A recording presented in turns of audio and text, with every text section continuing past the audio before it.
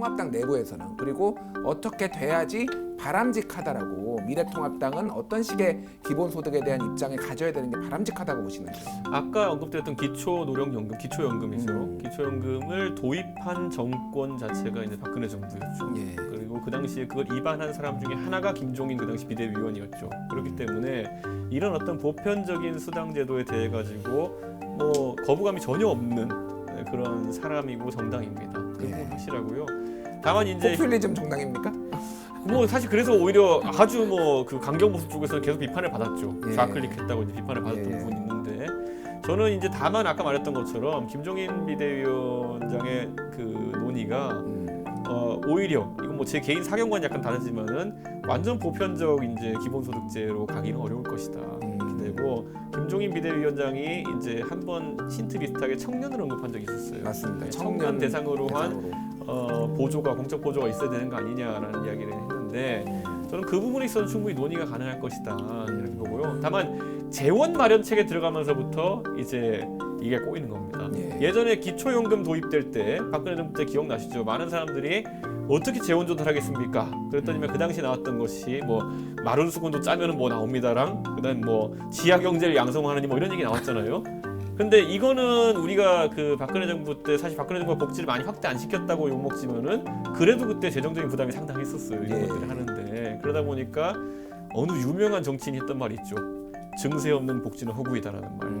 그분 요즘에 안 유명해지고 있어요. 알았어요. 근데 어쨌든 그 말을 다시 상기하지 수 없는 상황이 됐다. 그래서 아마 그 부분에 대한 논의가 있을 텐데, 김종인 비대위원장은 아직까지 그거를 뭐 당의 비대위원장 맡은 뒤로는 다시 얘기한 적 없지만 저서든 곳곳에서 증세를 해야 된다는 입장을 피력하고 있어요. 그 중에서도 부가세 증세론자거든요. 그러니까 저는 이런 부분이 앞으로 좀 논쟁의 대상이지 않을까 이런 생각하고요. 다만 증세 이전에 보수 정당에서, 이건 김종인 비대위원장이 아니라 보수 정당에서 설계하는 기본소득에는 분명히 들어갈 것이라 예상되는 것이 중복되는 복지에 대한 그 재조정, 구조조정. 예를 들어 이게 아까 사회안전망의 측면이 있다고 한다면은 고용보험은 어쨌든 중복이 좀 되는 거 아니냐.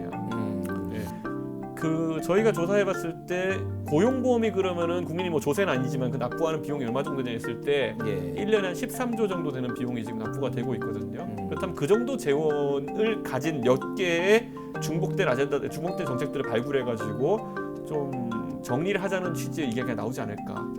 알겠습니다. 그 아까 전에 박원석 의장께서는 정의당도 좀 준비를 하고 있다라고 말씀하셨는데, 역으로 돌이켜 보면은 저작권은, 한국에서의 저작권은 정의당이 가지고 있지만은 그동안 좀 소홀했다라는 말로 저는 들렸거든요. 지금 뭐 진보 진영에서는 어떤 입장을 좀 가지고 있는지 이에 대해서. 그 뭐 시각이 다양합니다. 그러니까 지금 이재명 그 지사가 이 기본소득위원회 같은 걸 이제 경기도에 두고 있는데, 거기에 이제 기본소득을 주장하는 진보적인 학자분들도 많이 들어가 계세요. 최근 들어서 부쩍 이재명 지사가 이게 경제대책이라는 얘기를 하는 게 이번 이제 그 코로나 재난지원금에서 나타났듯이 단기적인 경기 활성화 효과가 있거든요. 이걸 이제 영속화시키자. 그래서 지역화폐 형태로 기본소득을 아예 지급하자. 뭐 이렇게 주장을 하고 있는데, 이제 문제는 이 논의가 실질적으로 커지려면 그리고 실질적으로 진짜 그 기본소득이 단지 그냥 뭐 이상적인 유토피아가 아니라 현실에 실현 가능한 유토피아가 되도록 하기 위해서는 그 실질적 입구 찾기가 굉장히 중요하다라는 게 이제 정의당의 대강의 관점이고요. 저는 그 실질적 입구 찾기를 기존 복지국가 사회안전망을 더 촘촘하게 확대하고 강화하는 것과 다르지 않다라고 보고 있습니다. 앞서 이제 우리 이준석 최고 얘기는 그럼 중복되는 복지제도는 없애야 된다. 아마 미래통합당은 그런 기획을 낼 거다. 그러니까 저희가 염려하는 게 그거예요. 사실은 우리 복지국가의 사회안전망이라는 게 부족하지만 제도적으로는 거의 완성 단계에 있어요. 다만 이 수준이 낮은 거죠. 저부담이 문제고 저복지가 문제인 거지. 제도적으로는 거의 사회안전망이 갖춰지고 있습니다. 이게 수십 년에 걸쳐서 갖춰온 거예요. 그러니까 자칫 이걸 흔드는 논의가 될 수 있기 때문에 그렇게 섣부른 기본소득 논의에 대해서는 저희가 반대한다라고 말씀을 드리는 거고, 또 한 가지 이유는 재원입니다. 한 달에 10만 원씩만 지급을 하더라도 그 월 한 뭐 5조가 넘게 들고 60조 1년에 60조가 들어요. 그럼 우리 지금 사회안전망을 1년에 총 한 180조 쓰거든요. 그 180조 쓰는데 그 중에 3분의 1 정도를 월 10만 원만 지급을 해도 써야 됩니다. 근데 그 재원을 당장 어디서 마련할 거냐, 누가 낼 거냐, 이에 대한 그 일종의 이제 국민적 합의 이런 게 이루어지지 않는다면 실현하기 굉장히 어려운 정책이고 이재명 지사가 지금 일차적으로 목표하는 게 연 50만 원이다 이렇게 얘기를 합니다. 연 50만 원이면은 월로 따지면은 뭐 4만 원 조금 넘는 돈이에요. 예. 근데 그거 가지고는 이게 이제 뭐 복지를 확대하는 효과도 내지는 경제를 활성화시키는 효과도 저는 별로 없을 거라고 봅니다.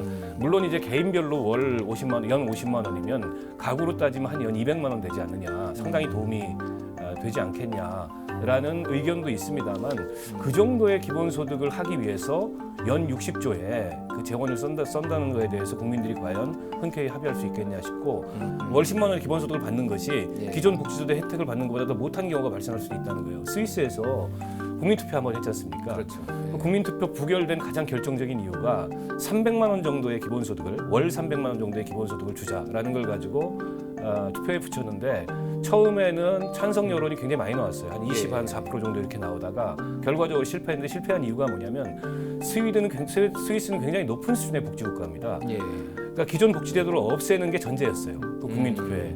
기존 복지제도 주는 혜택이 더 큰 거예요. 월 300만 원 주는 것보다. 예. 그래서 저는 부결이 됐거든요. 때문에 아직은 우리 복지국가의 수준이 낮지만 이 복지국가의 수준을 저부담 저복지에서 중부담 중복지로 가고자 하는 목표를 갖고 있는 거 아니겠습니까? 예.